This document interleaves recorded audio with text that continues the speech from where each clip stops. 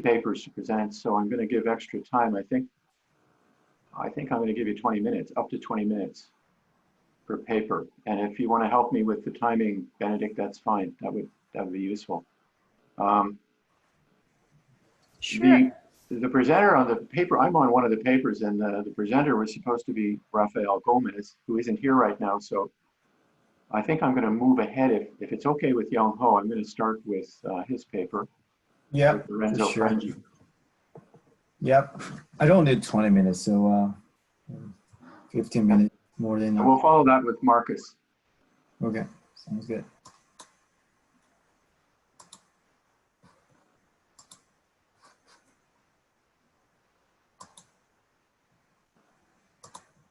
All right, so good morning, everyone. Thanks for joining us this morning. And my name is Young Ho, and Lorenzo is my co-author. He's not here today. So title of this paper is Moderating Role of Solidarity and Job Insecurity in the Relationship between Supervisory Unfairness and Customer Sabotage.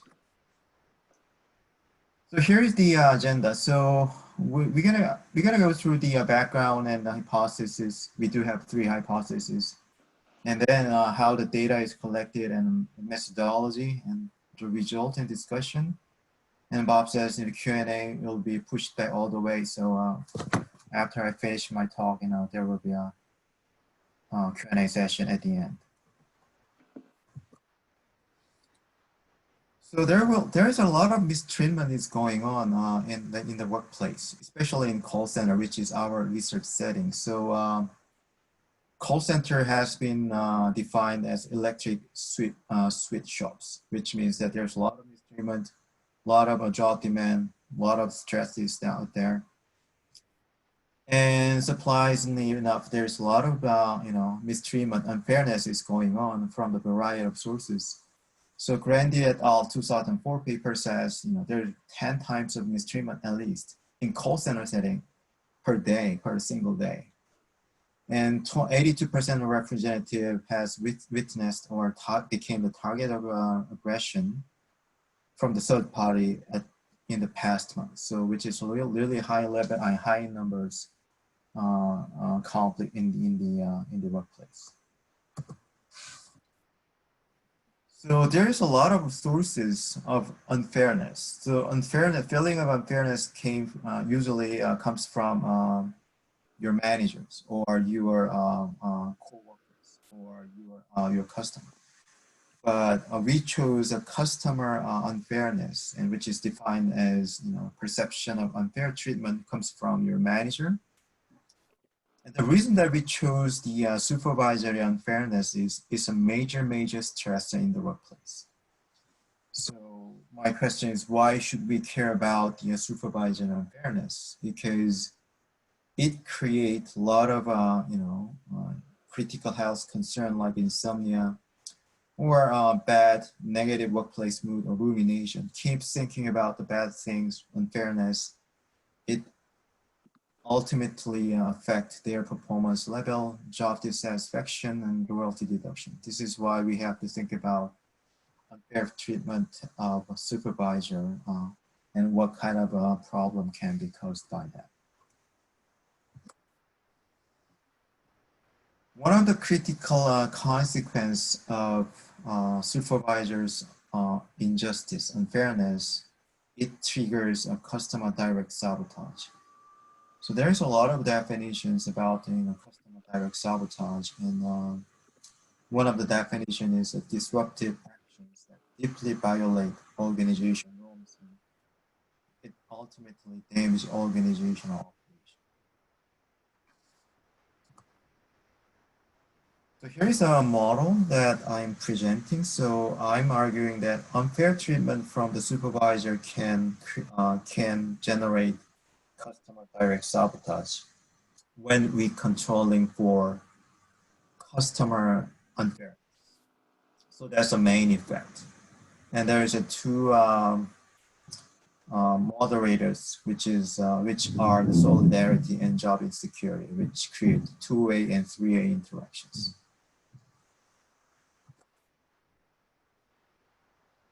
We have three hypotheses for this study. This hypothesis one is supervisory unfairness is positively related to service employees' customer direct sabotage when we controlling for customer unfairness. So theoretical background for this hypothesis is mobilization theory, which argues that perception of unfairness in the workplace can trigger collective actions in order to restore the perception of unfairness. So if your supervisor treat you unfairly, which means people can take action together to restore the fair feeling of fairness, and they actually take the action in order to achieve restore their feeling of fairness. So that's the main mobilization theory explains our hypothesis one.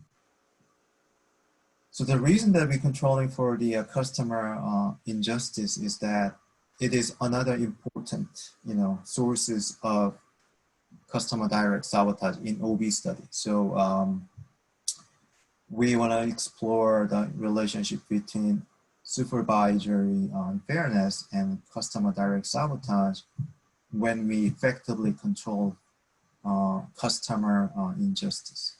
So we want to see the clear causality between supervisory unfairness and customer direct sabotage. That's the reason that we're controlling for the customer injustice. Our second hypothesis is a moderating of the solidarity. So relationship between supervisory unfairness and customer direct sabotage is more stronger when people have high level of solidarity. So solidarity is defined as alignment of interest of individual employees with those of other employees and that of organization. So we argues that when they have the same interest, same goals, and same perceptions, common goals especially, and they are being mistreated at the same time, if they have such an unified or solid idea of this is not fair, and this is not the way that we should go, those kind of common interests can trigger collective disruptive actions more easily, so that high level of solidarity kind of boosts up their collective actions of sabotage. So that explains our second hypothesis. Our third hypothesis is about the job insecurity. So it's a 3A interaction hypothesis. So exacerbation effect of solidarity in the relationship between supervisory unfairness and sabotage is most pronounced when they have a high level of solidarity and a high level of job insecurity. So job insecurity means that amount of uncertainty about their job, toward their job. So if they felt their job is not secure, but at the same time, the process, unfair work process, like mistreatment from the supervisor, can foster their stronger bond, which means they want to keep their job, and at the same time, and they want to have a secure their position and right, which means insecurity in their job. Maybe they can take more collective actions to achieve their goals or to express their anger and frustration. So we argue that high solidarity and high job insecurity can stimulate more of customer direct sabotage, which explains our third hypothesis. So this call center study is based on South Korean telemarketing representatives, and we has done a paper and pencil-based survey. Sample size is about 162. Response rate is pretty high, 78%. So it's all the data is collected at a single point in time, which is our limitation, which I'm going to explain later. So after their working hours, we collect all the data like supervisory unfairness, solidarity, and control variables. So the first questionnaire was English version, and then we translate. Actually, I translated to Korean, and then translation and back translation process based on Bristol in 1990 to make sure that there's a kind of no tweak of or no change of the meaning during the translation process. The measures that I used, all validated measure from the previous study. So this is our correlations and combat alpha values. And 3 control variables that we used: job tenure, customer unfairness, as I said, and then independency of work is 3 controls. Independent variable is supervisory injustice, and solidarity and job insecurity is 2 moderators, and dependent variable is customer direct sabotage. Data analytics strategy, preliminary analysis, mean standard deviation intercorrelations, and we calculate everything is in a decent range. We did grand mean centering, and also to see the model fit, we did a CFA using M+7, CFI and RLMSEA. All the values is accepted. And the main analysis, we did hierarchical regression analysis, and also slope analysis is done based on the 18 West 1991 paper.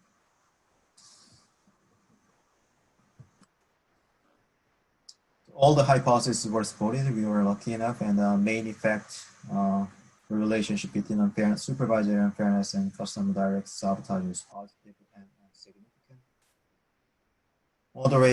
Moderation effect of solidarity, 2-way interaction was also significant, and 3-way interaction among supervisory unfairness, solidarity, and job insecurity was also significant. So here's a graph, moderation effect graph of solidarity. As we expected, people with a lower level of solidarity, they are doing more sabotage, which means people with a high level of solidarity, they're not committing sabotage. 3-way interactions. So our prediction was right. So supervisor, high solidarity and high job insecurity, those people are most likely to commit the sabotage when they experience a high level of supervision.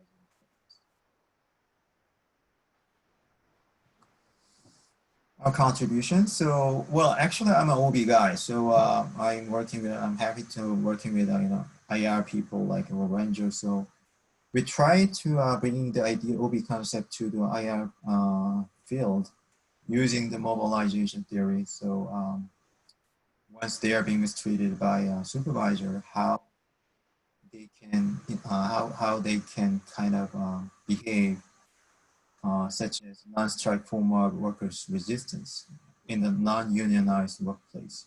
So South Korean call center, most of them are not unionized. So it's more like an individual level of observation of how do they behave by using mobilization theory with a non-strike form of resistance.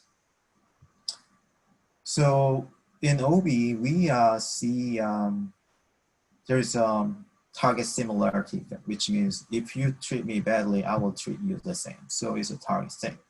This target, which is explained by a target similarity effect. So, but we try to be kind of go beyond that concept. So when customer injustice is controlled, we want to see the effect of supervisory unfairness and how those kind of unfair treatment from the supervisor can affect employees' customer direct sabotage. So this is kind of our major contribution.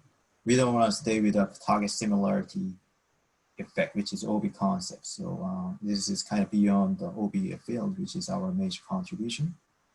And we also want to see how two moderator like solidarity and job insecurity can combine together to predict their resistance against unfair treatment of their supervisor. But our study obviously have a few limitations. So it's a cross-sectional data. So data is collected at a single point in time. So there is a possibility of common method variance. So we try to, for probably future study, we're going to collect the data, especially dependent on the variable from the third party perspective, like the supervisor or the co-workers. And there is also issue with generalizability. So it is collected in South Korea, which means there's a strong cultural norm of collectivism. So maybe the result can be different if we collect the data from the different workplace, different cultural background, like US and Canada. So we have to kind of expand our study from the different perspective and different cultural background. And also, it only see the short-term relationship between employee and supervisor. So, so we have to really take a look at other settings to see the long-term relationship. Future research. Actually, we already collected data for the qualitative study. So this is quantitative study. So there is a limitation because we don't have a very enriched findings because it's using the survey. So we are targeting to submit to top IL journal to add by adding the qualitative study. And Lorenzo and myself, and I invite another author. I don't know whether I think Tony is here, and Tony invite Tony in to use, and then kind of writing our manuscript using the mixed method of research design, so which can enrich our findings in further. And we also want us to explore a more moderation effect like distributed justice, which is a really important concept in IL field as well. And also more non-strike actions like refuse to work extra hours can be a very interesting dependent variable for our future study. All right, so that's it for today.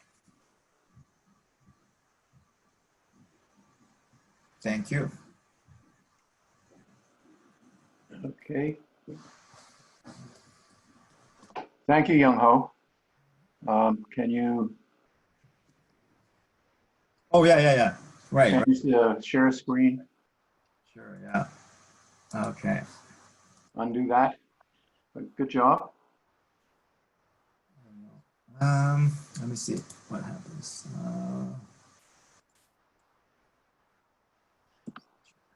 That's it. Worked. Okay, Markus, over to you. You have, I said 20 minutes, but I think 15 seems to be the pattern, but you should have plenty of time. So I share the screen first. Can everybody see that? Yes. Perfect. Very clear.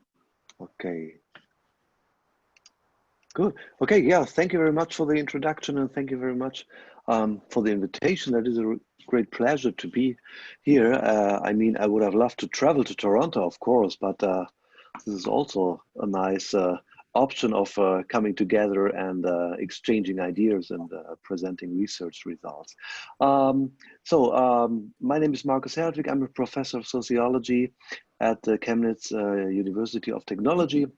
And I want to mention at the same time, I'm also one of the 3 presidents of the ILERA in Germany, which is called the German Industrial Relations Association. And maybe somebody of you has been to the European ILERA Congress, which we had the pleasure to host last year in Düsseldorf. So if anybody has been there, nice to see you again. And okay.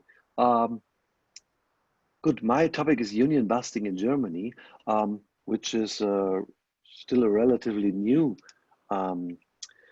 topic. I mean, in the United States and in Anglo-Saxon countries, it has been a topic for decades. But in Germany, the discussion is still quite new, and we have had a few studies and some media reports about that. But the general notion is that also in Germany, this sort of problem and of conflict between employers and employees is increasing. So what is probably special is that we, of course, have to take into account the different institutional frameworks. And in Germany, we have something that is called the dual channel model with trade unions bargaining collective agreements on a company level, as it is the case in the United States, for instance. But we also have works council representation, and works councils are elected by the workforce on firm level, and they are, for instance, bargaining over firm level agreement and have right to information and consultation, and even co-determination in certain areas.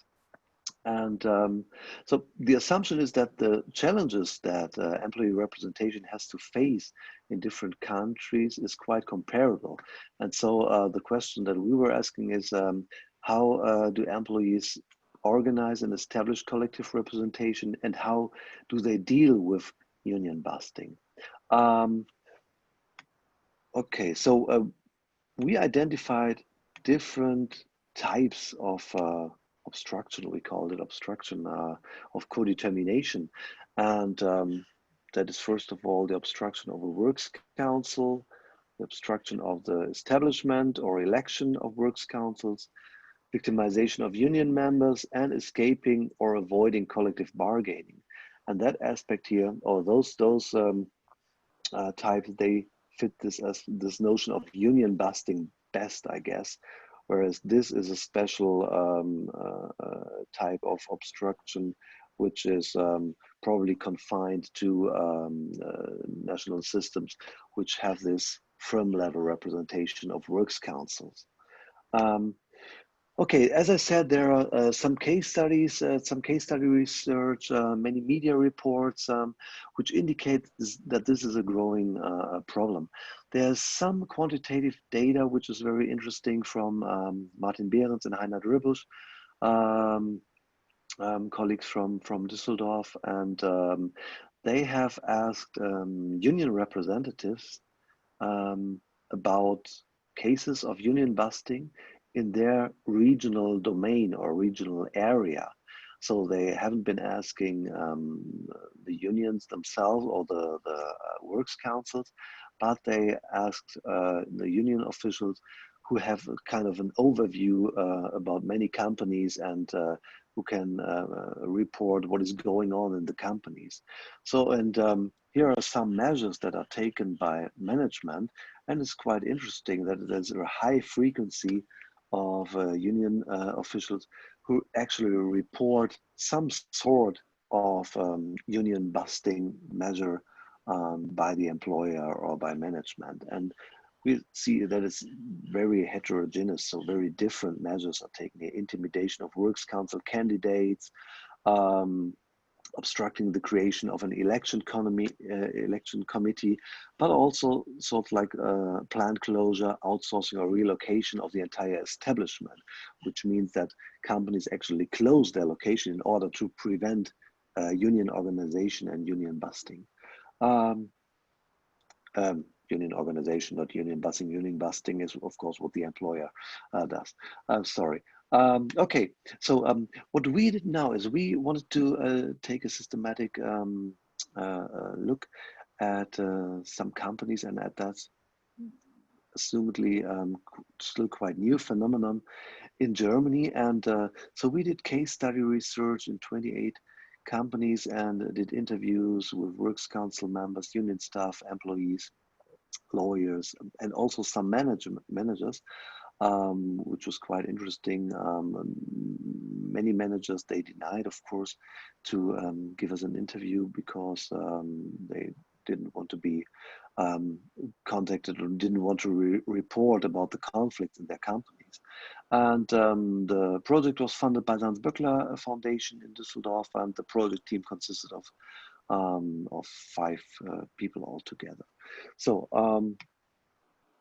first of all, so I go to the findings now. First of all, we looked at what do the employers actually do. And then later on, we looked at what do employees do as a reaction in order to cope with union busting. So this is like a twofold question, one could say. First of all, it's about union busting, like employer strategies. And the second part is about the reactions that employees or works councils or unions take when they are confronted with union busting. So so I used that color scheme here, which may not be quite appropriate, but I thought it's an easy way to demonstrate what kind of problem landscape we found there. So we distinguished three types of employers actually, which are not really strict types, but which are only like ideal types, one could say. So there is a lot of in between type 1 and type 3. So in Germany, actually, type 1 has been assumed to be the compelling model for decades. That is social partnership, like employers and employees sharing the same idea of how employee relations are going on in a company. And of course, that has never been without conflict. There have always been conflicts about wages, working time, and so on and so on. We all know the different topics. But there have been less conflicts about the proceedings, about the procedures of how employers and employees come to a conclusion, for instance, or come to a mutual agreement. So that hasn't been so much the case. And that is actually what we found, which is increasing, like not having a conflict about wages or working time, but having a conflict about the basic rules of the game, one could say. And the question, should employees participate? Should they have a say in determining, for instance, or participating in working time models or social benefit models or whatever, qualification and the usual topics. So we focused on type 2 and type 3 because that were actually the types where one can speak of union busting. And it is interesting because type 2 and type 3, they also reveal like different configurations. So type 3 is the most intensive one could say. So employers that are really engaging in union busting, they are seeking to prevent or to abolish collective employee representation in any aspect. And the intensity of union busting is very high. Their measures are strategically planned. They put a high effort in those strategies. They use high amounts of resources, and they put a lot of money in that, for instance, by employing specific lawyers or consultant agencies. And in type 2, we have like a less intensive strategy behind it. It is more about hindering collective employee representation, and it is not always strategically planned, but sometimes more ad hoc, and not so much resources invested in that. What is interesting is the motivation. So of course, cost reduction is a very important point, gaining flexibility. But in type 3, it is also about a specific worldview. That is sometimes reflected in a company culture. And I put that keyword, democracy, there. In type 3, the employer holds the perspective, holds the view that employees should not participate, that discretion should be on the side of the employers. And that for Germany is actually a constellation that is not so common, not so usual. Okay, so I will go to those reactions that employees can take when they are confronted with union busting. So I'm just checking the time here, but you will give me a hint, I guess, when I exceed the time frame. So we found 5 measures that are actually used by employees in order to fight union busting. And those are legal measures, collective representation, support by trade unions, external support groups like NGOs and social networks, and also public relations, those naming and blaming, shaming strategies. So I will go, I won't go into detail here. I just give you a little bit of the flavor of what we found here. So legal measures are to be found in all the cases that we analyzed, because actually taking legal measures is a necessary requirement when you are confronted with union busting, because that means that sometimes, or in many cases, individuals are being laid off, even though it is not legal. And in order to fight that, they have to go to court. And yes, what we found is that winning on this formal legal level does not mean that you win on the workplace level, because this legal conflicts, they take a lot of resource and take a lot of time, and they distract the works councils, they distract the employee representatives from their actual obligations and plans, like improving the situation for the workforce.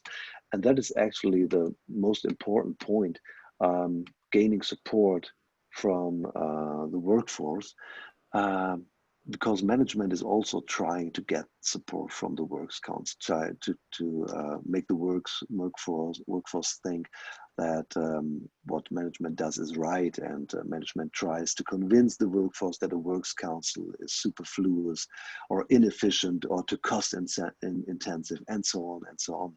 And so that is really like a conflict between employee representatives and unions and management on the other hand, because they are both seeking to get the support of the workforce.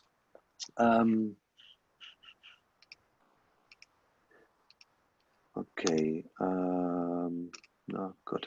Okay, so support by the trade unions is of course also very important, and that makes sense, of course, for works councils only, works councils that are confronted with union busting inside the company.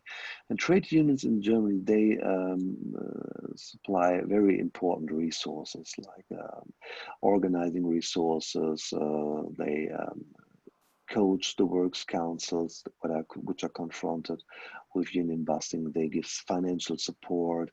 They have specialized lawyers, and sometimes they also engage in public relations, like those naming and shaming strategies. So what is actually quite interesting is that increasingly we find NGOs as new actors in the German industrial relations setting. And that has not been so common actually for decades. So those NGOs, they are like specific groups which are actually, which endeavor is to fight union busting. So they're very specialized on these topics, and they run specific websites, and they use social media in order to make cases of union busting public and to scandalize. So public campaigns, they are at the heart of their strategies actually.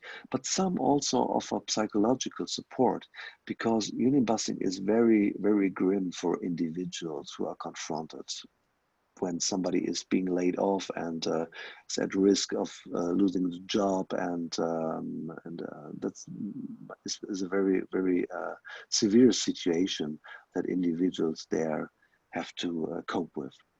Okay, so some very small, brief conclusions. There are several measures taken by management, and also employee reactions vary. Success factors that we found are strong actors. So in some cases we had very strong union officials and very strong works councils who are really willing to fight union busting. Some cases we found like not a comprehensive strategy, but that is, as we think, a necessary prerequisite in order to be successful to fight union busting. and support of the workforce is at the heart, because the workforce is actually deciding whether they want the works council representation or union representation or not. So some final remarks. Union busting as a societal trend, and that is a little bit an outlook. We were wondering whether union busting is sort of a transnational, or reflects a transnational diffusion of company strategies, of or organizational models or organizational practices. Because what we find in Germany is actually a sort of mimicking the union busting industry that has been rising, or that has been working in the United States for decades, for instance. And here one may think of a transnational diffusion of company strategies. And another aspect is the interplay between economic and political democracy, because we think there is a connection, a clear connection between democracy on the political level, on societal level, and in the economic area. So participation, union participation, works councils, they are actually an aspect, an element of industrial democracy. When this element is being attacked by employers, there's probably an interconnection with what is going on the political level. The keyword here is the right-wing movements, which are attacking democracy, which are increasing in importance in many countries. Okay, so those were my final remarks. Thank you very much. I hope I didn't exceed the time frame too much. No, it was perfect. Thank you, Markus. Thanks. If you could turn off your sharing, Ben. Very good presentation, all of them.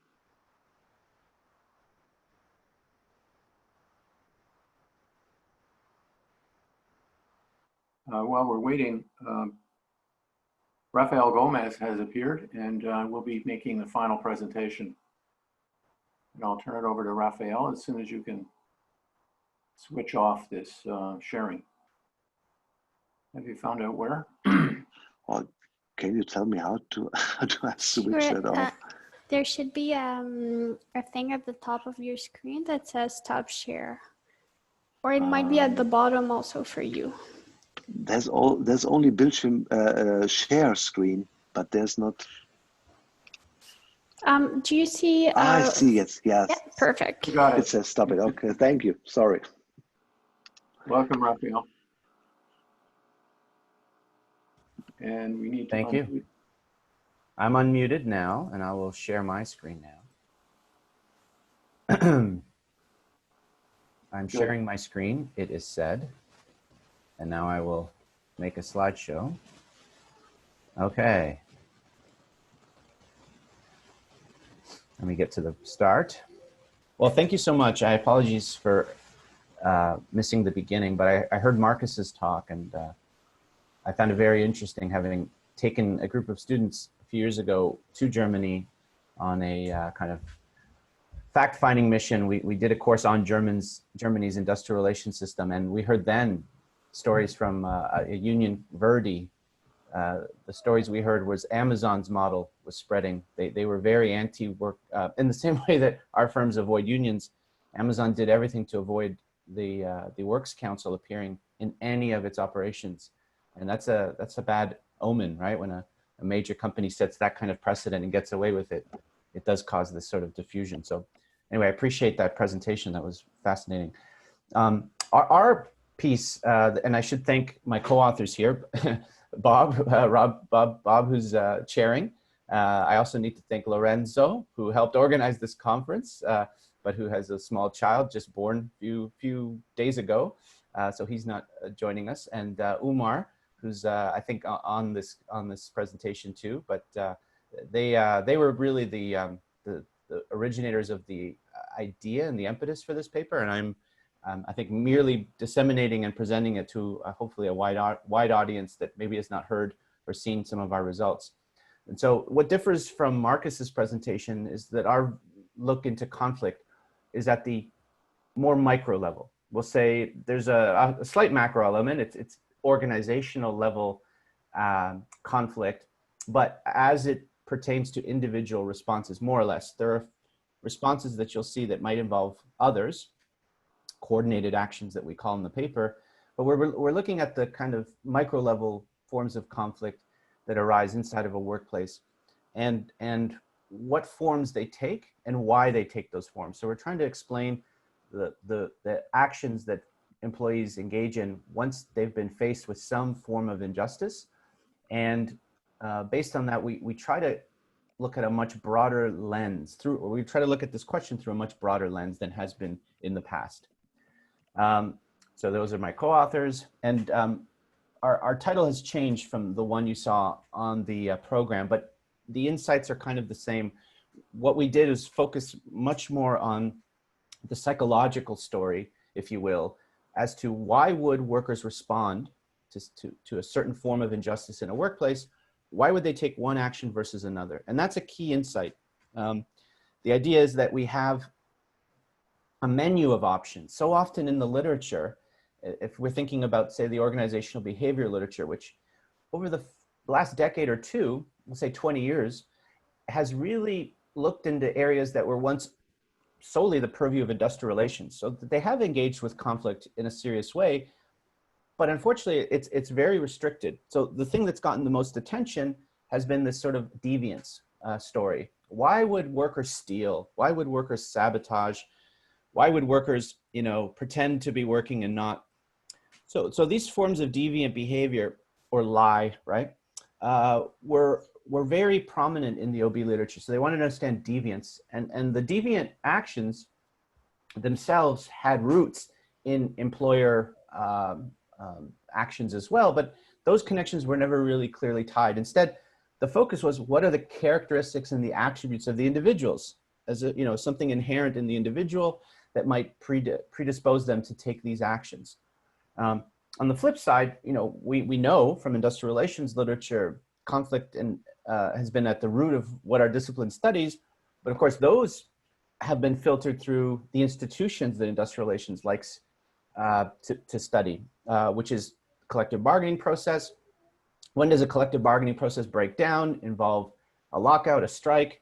And if those things are prevented, and this is where Bob's work comes in, if you can't go on strike, does conflict just go away? Well, no, industrial relations would see it redirected in some other form. And that's the insight that started this, that if there is some source of tension at the workplace, just by banning a certain action, it doesn't remove the impetus for employees to act and react.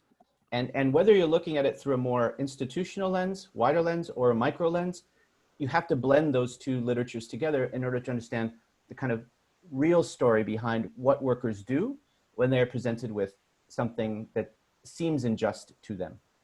Rafael, I'm sorry to interrupt. It seems we don't see your slideshow correctly. It's like stuck on one slide, unfortunately. Oh, because I'm moving it. So why don't I stop share and then I'll restart again? Yes, please. It says Thank you. It does say I'm sharing. So yes, we see your screen, but it's not the slideshow. It seems like we're on the last slide or towards the end of your slide. Okay, thank you for letting me know, Benedict. So I've stopped sharing. Now maybe if I start again, we can get a better I hope so. results. Yes, yeah. please. All right, so let's do the share again. It says I'm sharing now. Can you guys see? No, still the same thing.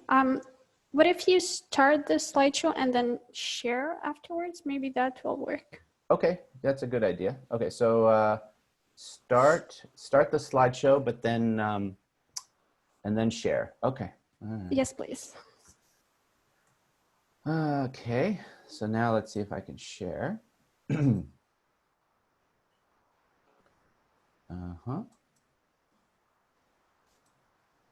that work?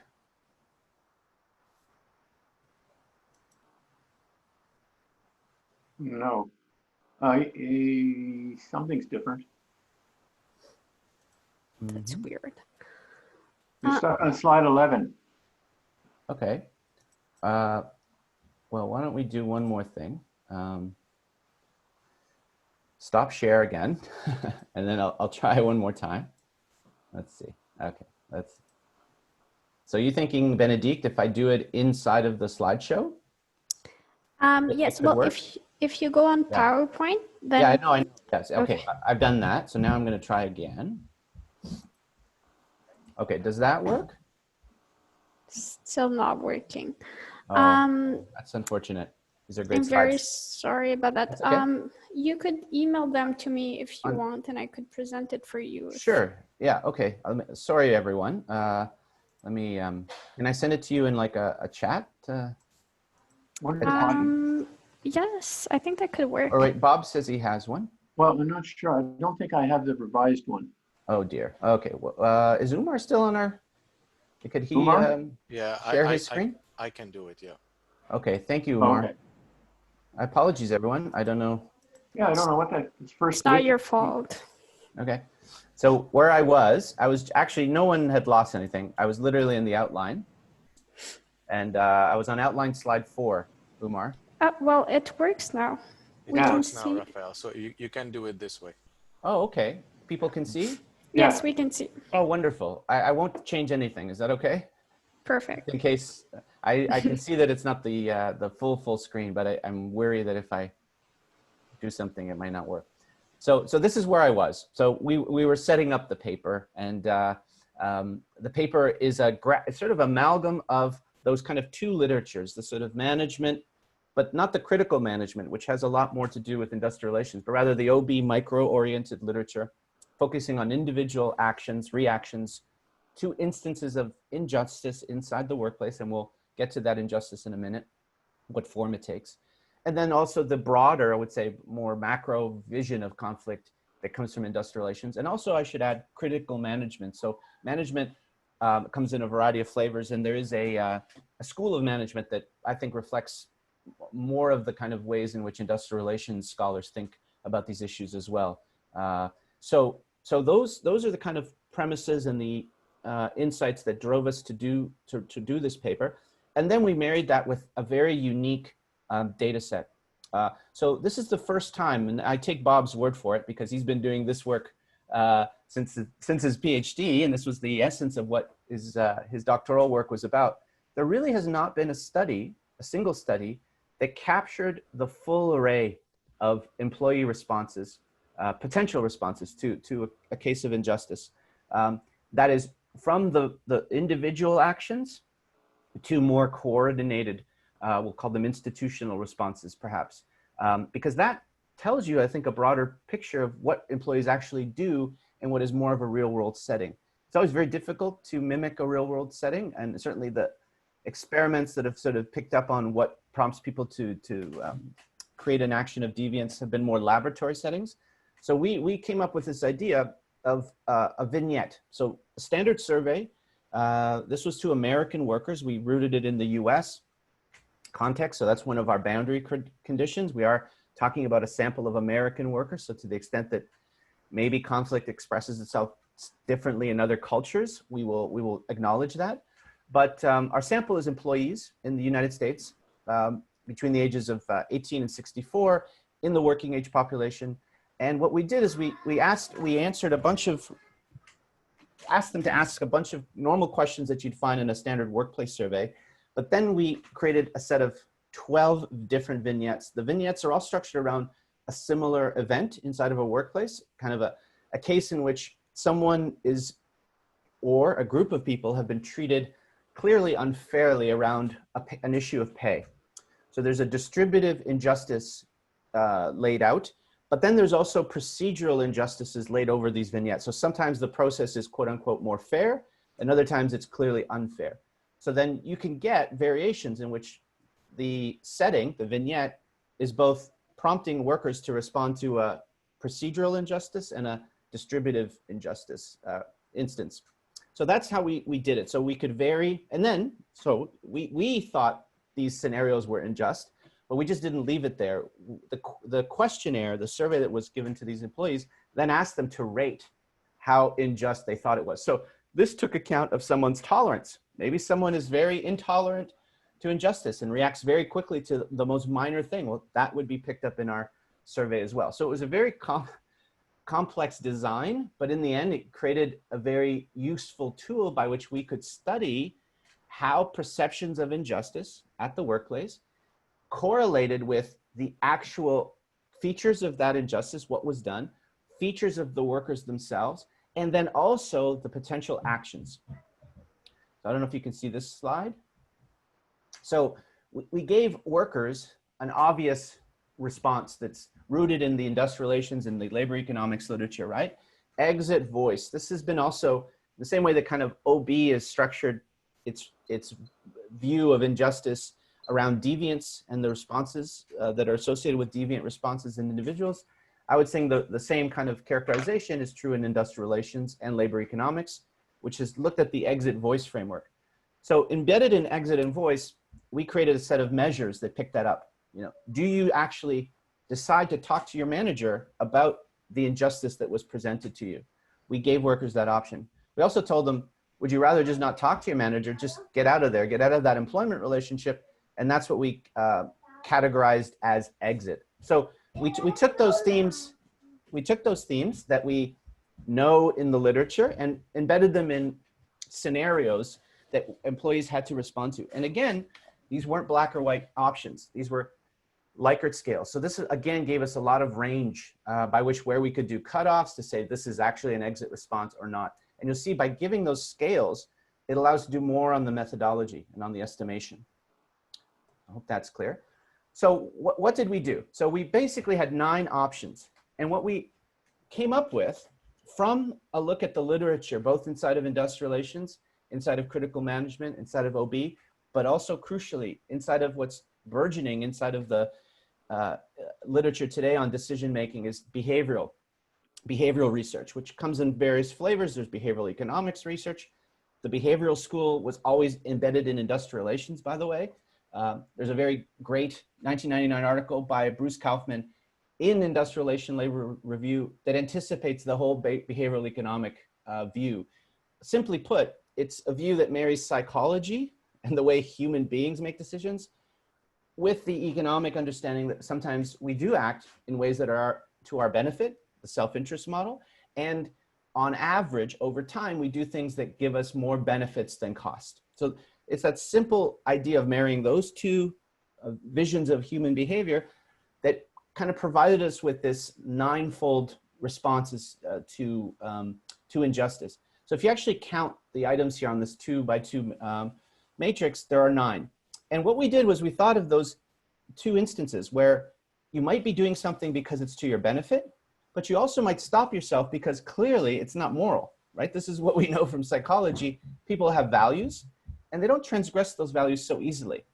Now, what can you see here? So it's interesting.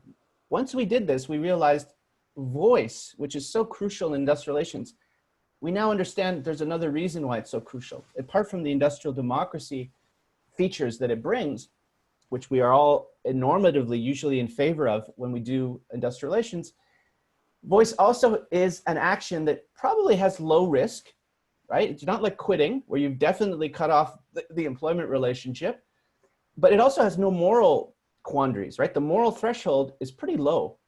It's actually a good thing to speak up. So if you marry those 2 things, it's a value, it's a pro-social behavior that has low cost, but relative to high benefits. Well, it would be predicted in our model that it should be the thing that workers would do as a default. Kind of, if you want to think of one default option, it'd likely be voice. However, not everyone's the same. Some people feel and understand their workplace to be one where they can't raise their voice. So what would people do in those instances? And that's where we say we drop down. So everything to the left, we feel is more likely than to the right. See, the left encompasses things that have very low moral thresholds. There's nothing immoral about quitting. It's actually a stance that you could justify morally. You could walk out and protest. That's a high moral activity. But of course, it comes at a greater cost, right? So the efficacy, which is now the top, the vertical axis, is quite low. You might not get what you want, and there's a risk attached to it. Let's push ourselves then to the last quadrant, the far bottom right. Those are actions, the deviants that's studied in OB that we would predict would be less likely when you have other options to choose from. Why? High moral threshold. This is antisocial behavior. And if you think about it, does it really get at the root of the grievance? Not really. You're extracting something back from the employer, but the employer might not even know about it because it's covert. You're stealing or sabotaging work. So those things that are studied so intensely by OB, we actually think are the least likely actions. And the things that we study in IR, we predicted would be more likely. So that's where that comes from. And I know I only have 2 minutes. I'll skip the hypotheses because in a way, we've kind of highlighted what the hypotheses are. They're embedded in this diagram. Things that are more likely are likely to be ones that people perceive as being effective. That's the vertical axis. And also having a pro-social or less moral threshold to cross. So let's look at what the results actually show, because I know we're pressed for time. Oh, and this is a very nice model that Umar, co-author, created. If you think about what we're trying to explain, what is the outcome or the dependent variable? That's on the right of this diagram. Do workers decide to use voice? Do they decide to exit? Do they use coordinated actions? Now, you say, what happened to the 9 options? Well, we've consolidated them because we found with factor analysis, a lot of the options were grouped, and we know why they were grouped because they ended up being kind of in the same cluster. So both the method, the factor analysis, and our theory coincided with which elements and which actions grouped together. So from the 9, there are 5 outcomes, and voice, exit, a coordinated action, which is like a strike or a walkout, production deviance, or property deviance, which were those lower right-hand side actions. Let's just have a look. One of our hypotheses was voice predicted to be the most common, and that shows up. So these are Likert scale averages. So what would you most likely do in the presence of one of those vignettes of injustice? Just look at the extremes. Our model really fits the data very well. There are outliers. That's what those dots represent. But the means and the averages, the median and the averages all point in the same direction. Property deviance, production deviance. Those means are much lower than our coordinated actions and our voice exit responses. And voice clearly comes out as the most likely option that people will take. Now, one thing we wanted to do is not just use the Likert scales. We wanted to push the decision so that people had to make a choice. Of course, they didn't in the responses, but we methodologically kind of showed it. You basically, if you had the highest rank, the highest score would basically put you in the position of choosing voice. Whereas if you had scored exit higher than voice, then exit would have been your first choice and so on. So what we did, these are averages across all individuals. What we did is take an individual specific average and then rank of what they would do. So that's a slightly twist on this sort of model, which you can do when you have Likert scale models, in which in the paper we document is a technique that's used in consumer theory, in psychological research, all kinds of branches of literature use this. So I think I'm down to 1 minute. But what you can tell from this table, and then I'll show you a diagram. If you look at the justifiability and effectiveness, which were our 2 criteria. So we asked questions to our respondents. Is the action, be it exit, be it voice, be it one of those coordinated actions, be it deviance, do you think it's justifiable? So if you said yes, or you on a scale, you would then score high. Same with effectiveness. Is this an action that you think will bring you an outcome that's better, right? Kind of the cost-benefit story. Again, those 2 variables captured why someone would prefer an action over another. And there's one diagram that we're missing from this slideshow, but it in fact shows that in the same way that we have this pattern is mimicked in our efficacy and in our justifiability. In other words, if you rank justifiability and effectiveness across these 9, but 5 clustered actions, it essentially just falls along a line, just like this. So voice is the highest, it's the most effective, perceived to be, most justifiable, perceived to be. And then at the bottom, property deviance is the least effective, perceived to be, and least morally justifiable. And just to leave you with another important insight, this comes from industrial relations, and then I'll have to wrap up. Think about what industrial relations always preaches, at least, and also the high performance human resource management literature. Having engaged employees in an employee-oriented culture is good. Now, if you look at the top line here, it shows that production deviance, which are things like sabotage and so on, although people are somehow seemingly predisposed, some people are. If you look at deviant behavior at the bottom, that's property deviance. That doesn't shift too much, but it does go down the more employee-oriented is the organizational culture. So we asked a question about that feature of the organization. Is your organization employee-oriented, allows you to speak up or not? Clearly though, on the production deviance, it's a big moderator. It clearly brings the probability that you would engage in a deviant act down. So that culture that we've preached in industrial relations for so many years as being linked to productivity, linked to better performance, also has this feature that it redirects conflict, because conflict is inevitable. This is another assumption about our field, but it redirects that conflict into more productive ways. The use of voice, right? That's what we hope to encourage when you look at what the other options are. You know, this is a funny story Markus telling about German companies worried about unions. If they get rid of unions, they're going to have a whole slew of bigger problems that American companies have dealt with. And where that conflict gets redirected is so important. And I think that's why this paper is so valuable, because it's one of the first to document that full range of conflict, how it expresses itself, and what are the moderators and reasons. So I think I should leave it there, right on the concluding slide. And yeah, thank you so much. Thank you very much, Rafael. If you could turn, oh, we're back. Okay, great papers. I'm going to open the floor now. We have 16 people here. Open the floor for questions. Let's see. You can use the chat, or you can just try to indicate in some other way.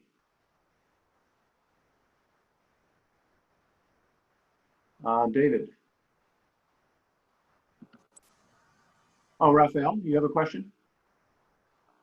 A question for Markus, and apologies to the other presentation I didn't hear, but because I heard Markus and because I have an interest in the German industrial relations system, when you mentioned that sort of mimicry that companies are learning, is it in fact that they're learning from international companies and more specifically American multinationals that are present in Germany and who aren't following the kind of established kind of norms around dealing with workers and works councils? I just wanted your take on that. Or is it an indigenous group of German companies that are in fact, because they went international, have brought back the things that they've learned, the anti-union ways of managing that they've learned in other jurisdictions? So I'm interested in that answer.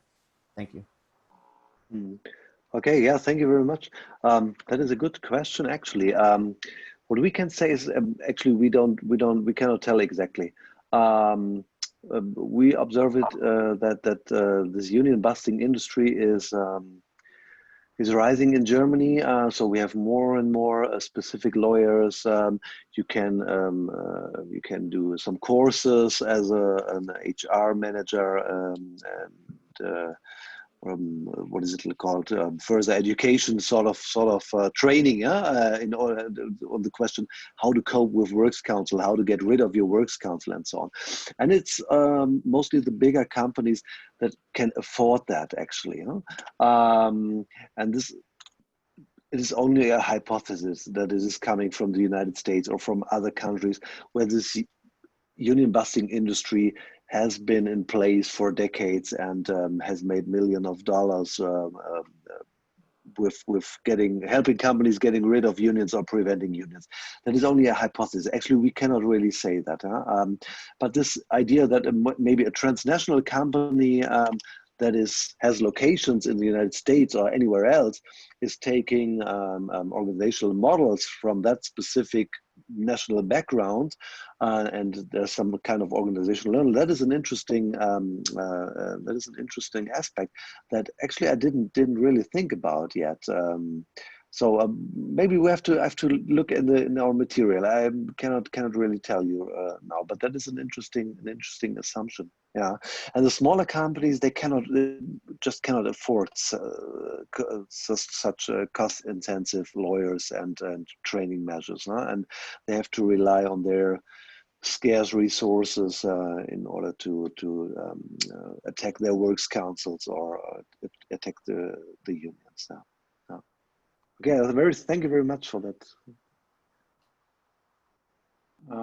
Any other questions? Could I just do one follow-up, Bob? And yeah, sure. Then I'll really stay quiet because no, it's okay because there's no one else asking. Dana wants to speak as well, but yeah, I just had one other thread from the presentation, Markus, because it ties to our paper, which is like we found when voice is available and when employees feel they're in an organizational culture that allows them to speak, they're way more likely to speak. Like we found the average like if you ranked what people's preferences were, 70% would choose voice. But inside of an employee organizational culture where that's expected, it goes up to 80 or 90. So, and when you made that connection between this decline of industrial democracy and the rise of the far right, it kind of scared me, because our implications from our study is clearly you do end up pushing people to deviance if you thwart the other ways in which you can speak up about injustice. So I'm wondering if Germany doesn't realize the connection between these two things, or is it just you and a few academics? But if it was spread out broader, I think then there might be an understanding that these are important institutions that not only are protecting German economy, but also Germany's democracy. Yeah, absolutely. Yeah, I think many people, they don't see in Germany that they don't regard like works council representation or union representation as an aspect of a democratic culture. They don't see that connection, I guess. Yeah, I think that is really a problem.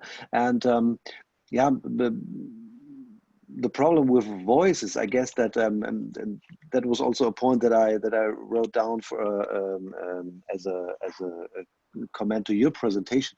I think what we observe in our studies is that voice is there are many elements of voice, or many types of voice. So talking to a supervisor, that is not the problem in the company. So they don't mind if somebody if you raise your voice like that. But when you want to co-determine wages, or if you want to have a say in working time, well, we don't want to start at 8, we want to start at 9, or we don't want 1 hour as a break, we only need half an hour or something like that, whatever. Then it comes to what really affects the cost structure of the company, and then voice is no longer accepted by many employers, because they think that is going too far. Huh? And so that would be, sorry if I pose that question, but maybe I raise my hand later on. But that would be a question: is there something about you can say about many, or about some different types of voice? Huh?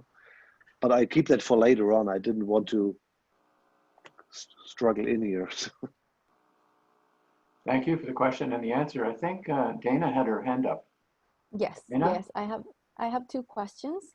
I would like to, my first question is for Markus, because I thought that the paper was really, really interesting. And actually I presented yesterday on decollectivizing strategies in Chile. So I think it's a very, very interesting and relatable paper. And my question pretty much was, because I think you mentioned it, the perception of union legitimacy by the employer. Do you think it had some influence on how the employer was implementing this union busting?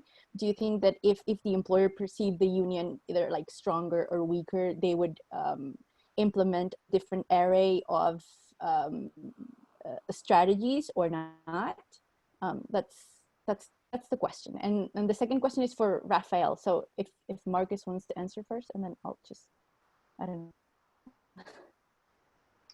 Okay, yeah, thank you for that question. Yeah, I think there's a difference, because we also have like, or you can picture that also as a continuum, for instance, like some employers regarding the union as totally illegitimate and inefficient, and they say if we accept unions or works councils, we better close our company because it is so grim in their perception. Huh? And that is a very, very extreme attitude. Huh? And on the other hand, we have some which say, okay, we can cope with that in some way or the other, but the works council, they should not demand too much. We want to keep our discretion. That is really making a difference. Huh? And this translates then in different employer strategies, and in more intensive or less intensive strategies against works councils or against unions. So to keep that very brief here. Okay, thank you. And for Rafael, mainly my question is about the methodology. What do you think, if any, are the challenges of using vignettes for such a study? Did you encounter any challenges for the use of vignettes, or was it very straightforward? What's your take on that? So I'll speak a little but if I get anything wrong, my co-author Umar, who was very involved along with Lorenzo to create those vignettes. But in principle, I don't think that in principle there's a problem, actually. I think they're actually better if you wanted to simulate as best as we can in an artificial world, apart from observing real world workplaces and being a participant observer, which also has its own problems. What you have is a kind of contrast between laboratory methodology, which gives you this nice, the random control trial and that kind of ideal causal study. But I think it limits the realistic nature of workplace settings.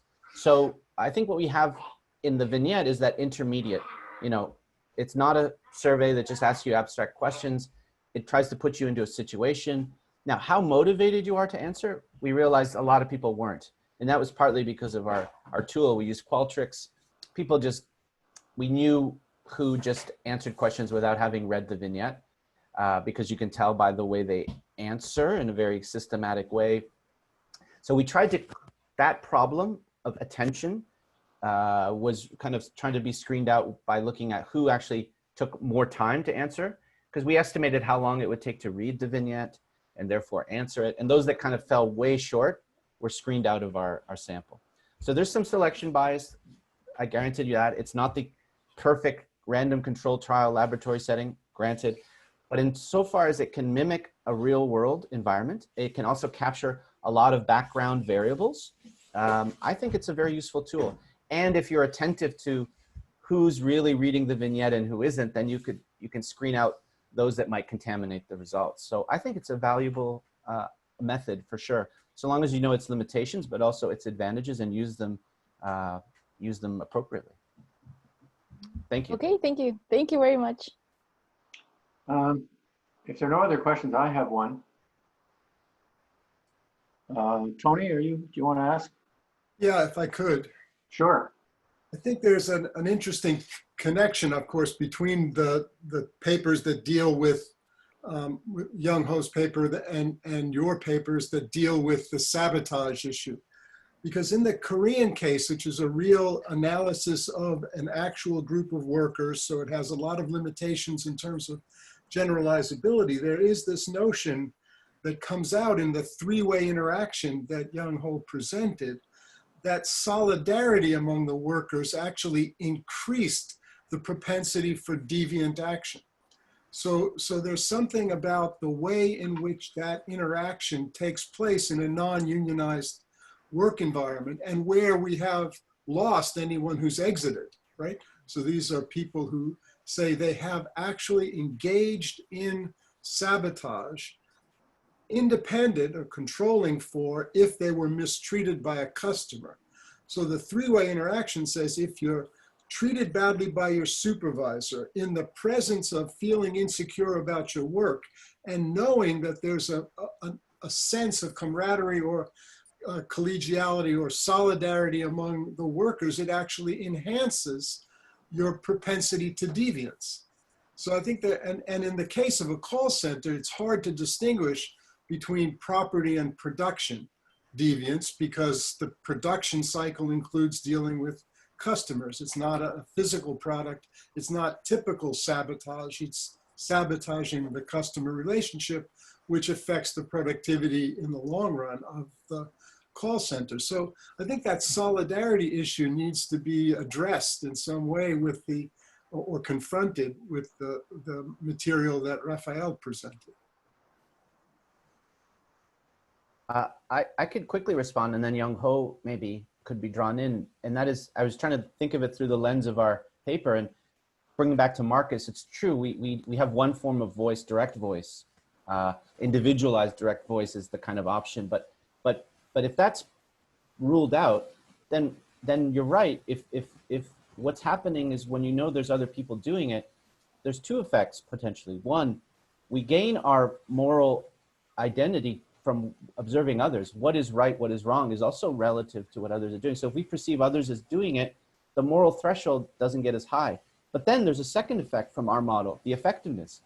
If everyone does it, it's going to be more effective in redressing some kind of unfairness and injustice than if I just did it.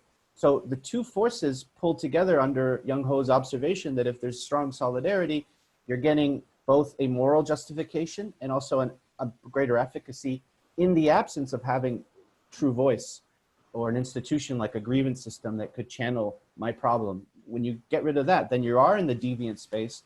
And what makes people more likely to do it is, I think, reflective of what Young Ho observed in his paper. Yeah, 100%, I think so. We can kind of,